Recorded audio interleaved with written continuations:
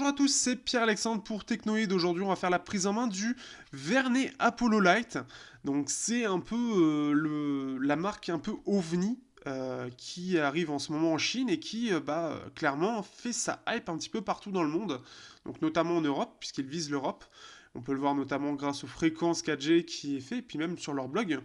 Donc Vernet, pour ceux qui ne savent pas, et parce que je n'en avais pas parlé à l'unboxing, pour ceux qui ne savent pas, donc j'ai testé déjà le Vernet Thor, et Gearbest a bien voulu m'envoyer aussi le Vernet Apollo Light, parce que je pense que vu le succès, ça leur fait un peu de pub, et donc ça leur fait du bien aussi. Parce que, comme vous le savez, c'est un petit partenariat. Si vous n'avez pas lu le vlog, savoir comment se passe un test, je vous le conseille pour mieux comprendre. Donc, ce qui fait que je pense que, parce que je m'attendais pas à ce qu'ils m'envoient un téléphone aussi cher, enfin qui disent oui en tout cas pour ça.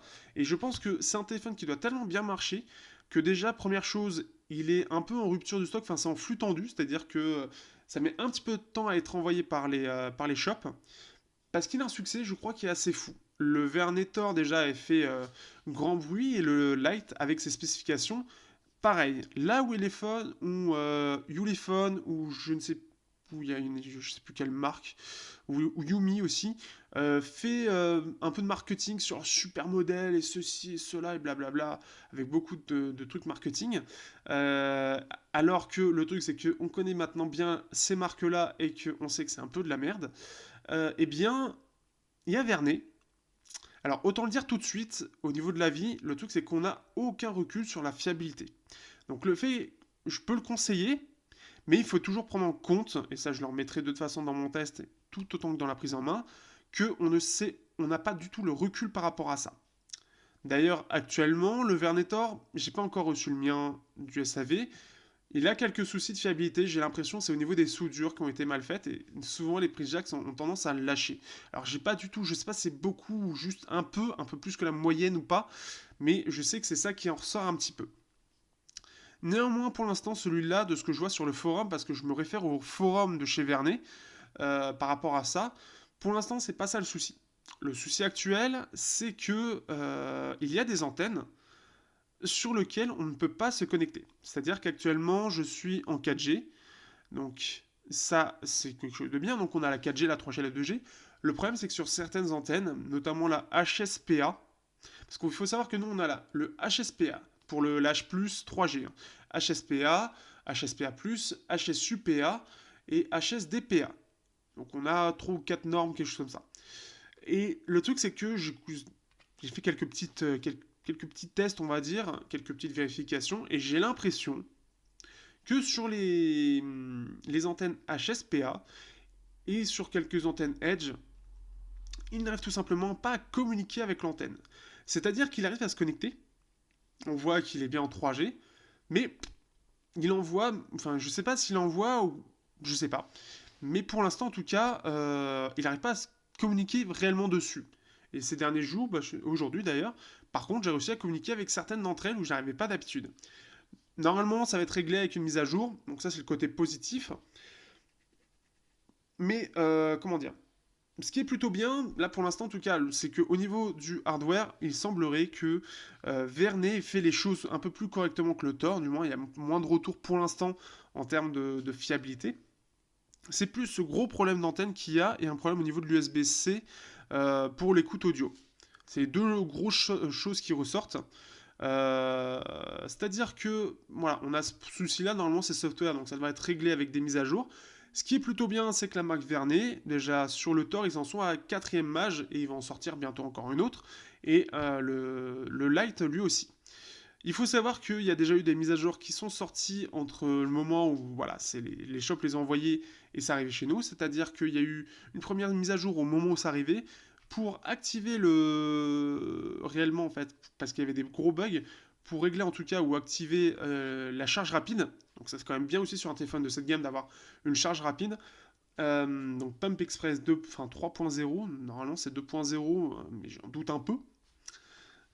C'est la petite chose à savoir, c'est ça. Ils ont fait ça, ils ont enlevé la 4K pour l'instant parce qu'apparemment ça faisait trop chauffer le téléphone, ce qui fait que moi je l'ai pas eu. J'ai fait tout de suite les mises à jour, donc j'ai eu la charge rapide qui fonctionne, mais j'ai plus la 4K. Et j'ai ce souci de réseau qui apparemment, je crois, est venu avec la mise à jour. Je suis pas sûr, mais avec cette mise à jour, ça a fait quelques petits bugs et c'est apparemment aussi le cas sur le Thor. Je sais pas si c'est lié ou pas. Et je sais pas si, voilà. Mais en tout cas, c'est présent actuellement et ça peut causer quelques problèmes. Ce qui fait que c'est un peu le point noir et qui empêche un petit peu aussi de conseiller pour l'instant. Il vaut mieux attendre des mises à jour qui vont sortir normalement d'ici 10 à 15 jours, au moment où je sors la vidéo.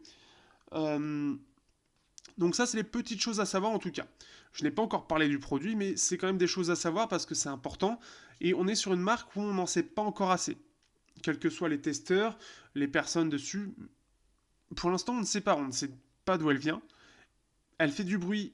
On ne sait pas, ils ont de l'argent quand même, hein, ils ont l'air d'avoir, parce qu'ils ont aussi annoncé le Vernet Apollo, bon, on n'en a pas encore trop, et ils ont le Vernet Mars aussi. Mais néanmoins, ils ont l'air de faire quand même assez attention par rapport à ce qu'ils font, ils ont l'air de montrer un petit peu que voilà, ils sont en train de développer un nouveau produit, c'est encore des prototypes, c'est une autre façon de communiquer. J'ai plus l'impression d'avoir un rapport type Honor France. Pour ceux qui sont fans de la marque, qui ont déjà conversé avec eux, vous savez, ils sont assez francs et ils ont tendance à répondre vite. Et ben, j'ai l'impression qu'ils ont un peu calqué ce type de communication. Ils sont très honnêtes. C'est-à-dire que il faudrait que je retrouve le mail. Parce que donc, pour ceux qui ont suivi, j'ai donc envoyé mon vernet Thor au SAV suite à la prise jack qui a cassé. Alors, on va aller chercher. Et ce qui s'est passé, donc je leur ai demandé, je l'ai toujours pas reçu parce que ça commence à faire un petit peu de temps.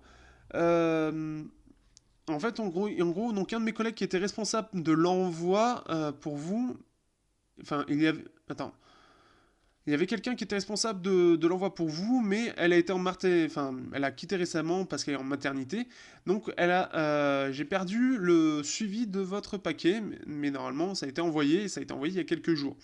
Donc c'est un peu particulier, mais ce que j'aime bien avec eux, c'est que bon bah en fait c'est juste que l'autre elle s'est barrée et j'ai perdu le paquet, mais on vous l'a envoyé, vous inquiétez pas.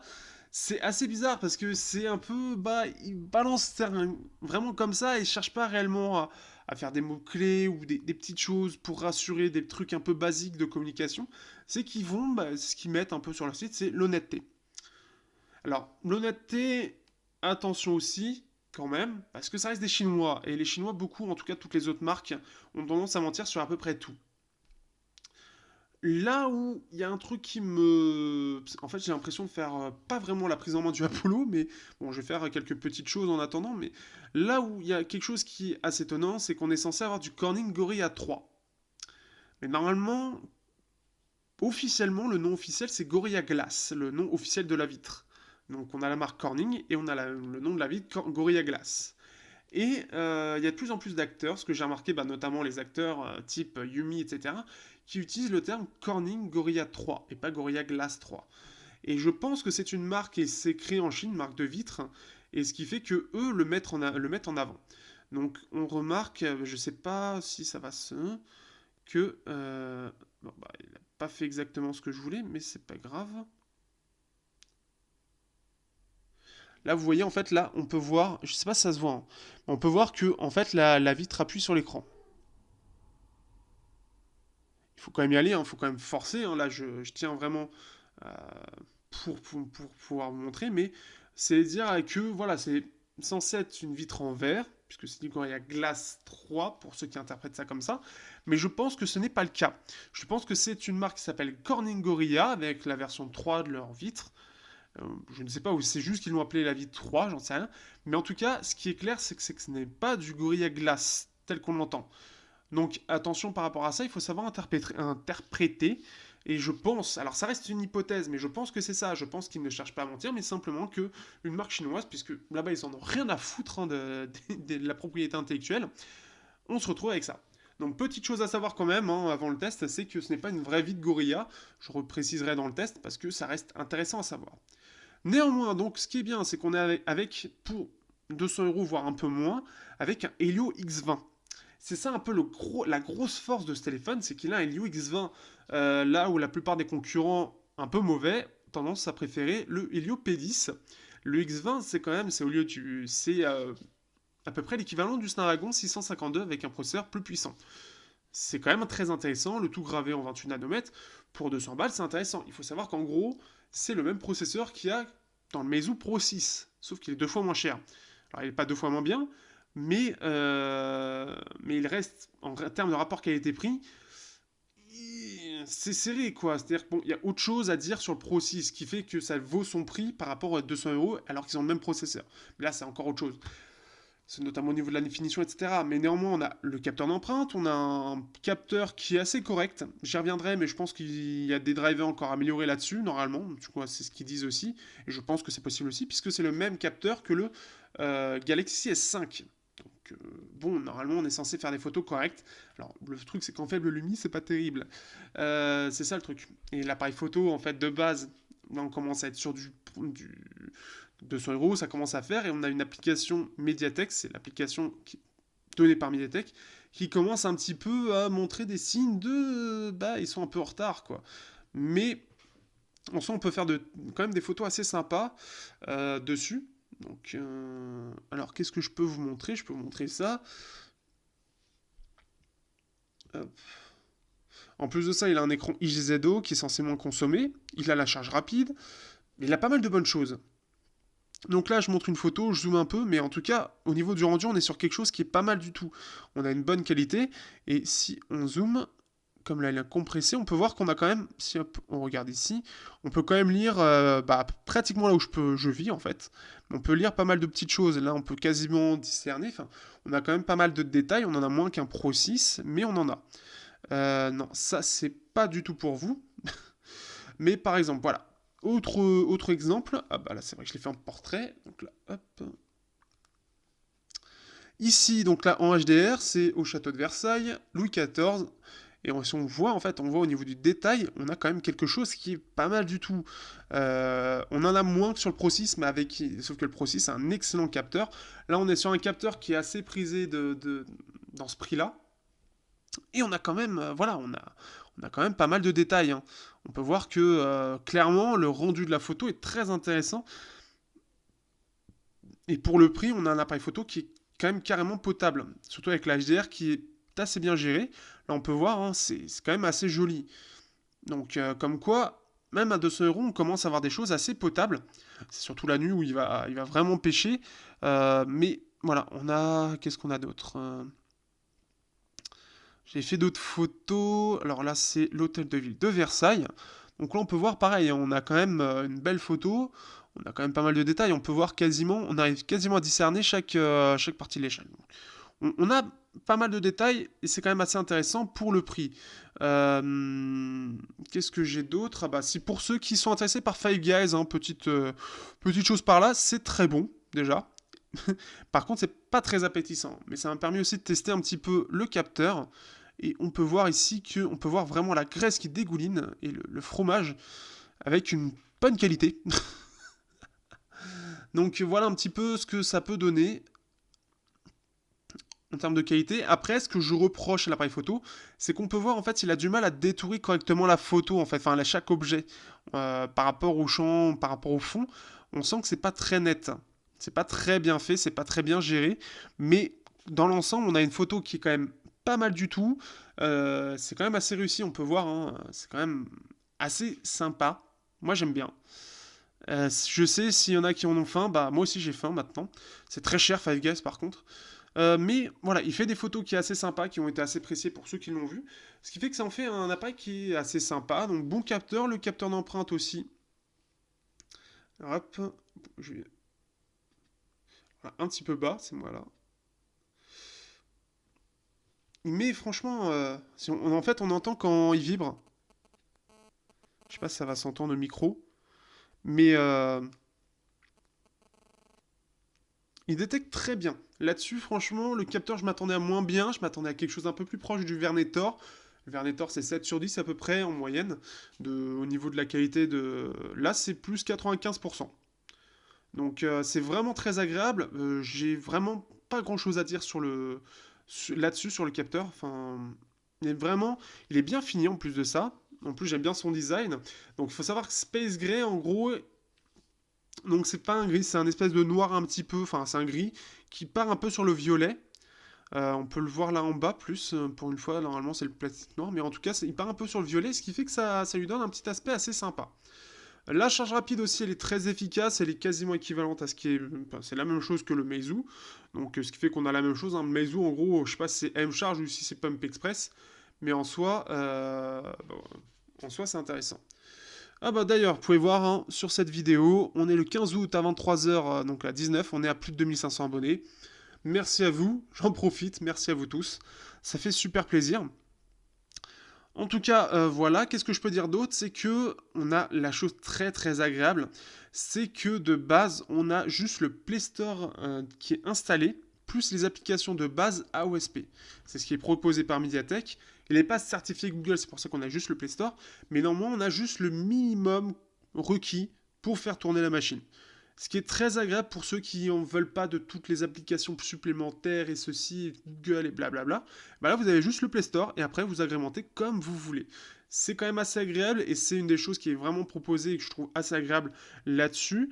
Ils ont même piqué une petite idée de chez Huawei, c'est Navigation Bar. Parce qu'il n'y a pas forcément grand-chose en plus, hein, mais ça, c'est assez sympa. C'est qu'on va pouvoir gérer, en fait, le fait que soit en inverse, soit on fait ça pour descendre, en fait, pouvoir descendre ou remonter, et on a même la possibilité de le cacher. C'est pas beau ça? Est-ce que c'est beau ça? Est-ce que c'est super beau? Bah oui, c'est super beau. Donc c'est quand même assez agréable d'avoir ça, d'avoir cette petite option. Alors par contre, elle n'est pas super pratique à atteindre, mais néanmoins on peut la cacher pour peut-être certaines applications, etc. Donc ce qui en fait quand même quelque chose de sympa. Voilà, moi je suis emballé par ce téléphone. Je reste sur mes gardes sur la fiabilité. Je reste sur mes gardes par rapport aux mises à jour, j'attends de voir ce que ça va apporter. Néanmoins, c'est un téléphone qui est assez agréable. Reste les petites choses à voir par la suite. C'est surtout au niveau de l'autonomie par rapport au réseau, vu les bugs qu'il a de stabilité notamment et de gestion en fait de connexion au réseau qui est apparemment quand même juste software. En tout cas, c'est ce qu'on m'a dit. Mais c'est encourageant en tout cas, il y a des bonnes choses. Il reste un peu, j'ai envie de dire, entre guillemets, moins impressionnant que le Thor parce qu'il y a des bugs logiciels un peu plus chiants, mais ça a l'air un peu plus fiable vu qu'il n'y a pas de retour du problème matériel. Ça a l'air vraiment juste logiciel et ça devrait être réglé d'ici peu. Qu'est-ce que je peux dire d'autre avant de terminer, à part que, bah, visuellement... Ah oui, dernière petite chose, je trouve que visuellement, cet appareil en impose. C'est-à-dire que, pour moi, quand je le pose sur une table, c'est comme un Meizu. C'est-à-dire, quand je pose le Meizu sur une table, il y a quelque chose, quoi. Et ben là, c'est pareil. Si vous regardez là, alors bon, déjà, il est plus gros que le Meizu, mais si je le prends bah, avec le Idol, avec celui-là, il y a quelque chose en plus, je sais pas quoi, qui fait que il a une présence, il a quelque chose qui fait que on le regarde. C'est très con, mais je trouve ça sympa en fait. Et c'est surtout qu'en plus, il a des airs, comme je l'ai dit dans l'unboxing, des airs de Honor 7 au dos, ce qui est toujours le cas.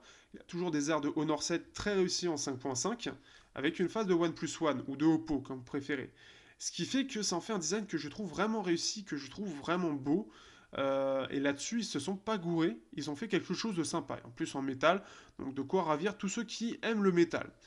Donc, bah, il y a pas mal de bonnes choses. Reste à savoir la fiabilité, ça, je ne pourrais pas vous le dire dans le test. Donc, à vous, si vous préférez, donc soit pour le même prix, de toute façon, vous n'avez pas forcément beaucoup de choix. Vous avez soit du Xiaomi, soit celui-là. Après, les autres marques, elles seraient pas forcément, c'est pas forcément une bonne idée de s'en approcher. Cela, ça a l'air quand même pas dégueu en termes de fiabilité. Ça a l'air en tout cas bien mieux que ce que propose le reste. Puisque déjà, logiciellement, c'est quand même très propre. Bon, là, il y a quelques bugs, mais le torse était très propre. Et le Lite, il y a quand même des très bonnes choses, c'est très propre sur tout le reste, sauf le réseau, donc à voir. Mais il y a encore des questions à voir sur le long terme, ça c'est vraiment la question, comme je vais pouvoir le garder aussi celui-là, puisque avec Gearbest, comme vous le savez, c'est donné. Je vais essayer de l'utiliser un maximum, sans qu'il me claque dans les doigts comme le Thor. Bon, j'aurais pu l'utiliser sans, mais c'était chiant. Donc c'est voilà, c'est encourageant, ça a l'air d'être une marque à suivre. Ils ont l'air vraiment de vouloir se comparer à Xiaomi et Meizu en Europe et se comparer en Chine à l'Echo, entre autres aussi, ou l'ETV pour ceux qui préfèrent. Parce que, bah voilà, ils ont l'air d'être un peu ambitieux quand même. Si jamais vous avez des petites infos par rapport à ça, j'ai vu que peut-être il y aurait quelque chose, un rapprochement avec Blueboo. J'ai vu ça vite fait sur Frandroid, donc pour ceux qui vont dessus. Genre d'Android, je sais que tu vas regarder sûrement la vidéo. Si jamais tu as plus d'informations, n'hésite pas à le dire dans les commentaires. Si vous avez des Vernetor, n'hésitez pas à dire ce que vous en pensez aussi. Je suis assez intrigué. Je pense aussi que d'ici quelques mois, je ferai une petite vidéo. J'ai demandé à tous ceux qui ont un Vernetor et un Vernet Apollo Lite de, de me dire ce qu'ils en pensent aujourd'hui, à ce moment-là, donc d'ici quelques mois, voir si ça tient ou pas dans le temps. Parce que voilà, c'est une marque qui m'intrigue, autant dans le positif que dans les doutes. Parce que ça a l'air d'être très positif, mais autant j'ai des doutes sur est-ce que ça va être vraiment une marque qui va sombrer comme dans les autres marques à faire maximum de rendement avec plein de problèmes sur les produits, ou est-ce que ça va être une marque un peu plus sérieuse qui va faire un peu plus attention. Ça a l'air d'être le cas, j'ai envie de dire, pour terminer, puisque pour, je pense, répondre aux problèmes, parce qu'ils ont dû être conscients, ils ont dû avoir peut-être beaucoup de retours, je pense, sur le Vernetor, enfin, un retour un peu plus haut que prévu. Euh, Ils ont fait une vidéo promotionnelle sur l'Apollo Light et sur le fait qu'ils aient testé, en fait, qu'ils aient mis sur un banc de test le Apollo Light avec des systèmes pour tester plusieurs fois les ports, pour voir si justement il a des problèmes au fur et à mesure ou pas. Je sais pas si c'est pour juste rassurer ou si c'est pour montrer que non, ils en ont vraiment quelque chose à faire de la qualité de leurs produits.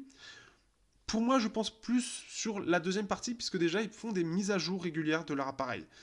Et par rapport aux autres marques, c'est déjà plus positif, puisque le Thor en a quand même à sa quatrième mise à jour, avec des mises à jour toujours intéressantes, dans le sens où ils vont vraiment essayer d'améliorer, c'est pas genre minor fix bug, enfin ce genre de choses. Là, c'est vraiment des choses intéressantes, et même sur celui-là, ils ont fait des mises à jour qui restent complètement, comment dire, j'ai envie de dire, c'est pas des mises à jour random, c'est des mises à jour qui ont servi bah, voilà, vraiment à régler le problème de la charge rapide, enlever la 4K pour éviter la surchauffe, et ils ont réglé le problème de surchauffe de certains. Donc c'est quand même une grosse mise à jour en soi qui avait besoin d'être mise, c'est comme vous pouvez voir juste logiciel, et ils ont prévu de remettre la 4K un peu plus tard, puisqu'elle était de base, et c'est ce qui a été annoncé. Et là, ça a été désactivé pour ces problèmes-là. Donc, c'est qu'ils veulent faire quand même attention. Ils cherchent pas juste à balancer des téléphones pour les vendre. Pas comme, je sais plus quelle marque. Je sais, Quentin, que tu regardes aussi mes vidéos. J'espère que tu la regarderas. Je sais plus de quelle marque tu m'avais parlé. Il y avait une marque où, en gros, les mecs balancent les téléphones. Ils ont plein de problèmes au départ, mais ils s'en foutent. Il n'y a aucune mise à jour. Donc, ce qui fait qu'il y a quand même déjà quelque chose de plus positif par rapport à ces marques-là. J'espère que ça va continuer et j'espère que bah voilà, on peut faire confiance en ces produits. Mais pour l'instant, ce Apollo Light semble très bien fini aussi, en tout cas d'aspect extérieur pour du métal, mélange métal plastique, c'est quand même pas mal du tout. Il y a des très bonnes choses. J'attends de voir. En tout cas, le test devrait se faire. Alors, en tout cas, après la mise à jour qui doit régler le réseau pour confirmer si ça persiste ou non. Parce que ça, pour moi, c'est pas utile de faire un test si on sait qu'il y a une mise à jour qui va régler le problème qu'on va faire dans le test. Donc c'est voilà, c'est la petite chose. Et je vous dis à bientôt pour le test complet de cet appareil qui est entre qu'est-ce que ça va devenir plus tard et c'est vraiment pas mal pour 200 balles. C'est une bonne alternative à Xiaomi. Et je terminerai là-dessus. Et je vous dis à bientôt pour le test du Vernet Apollo Light.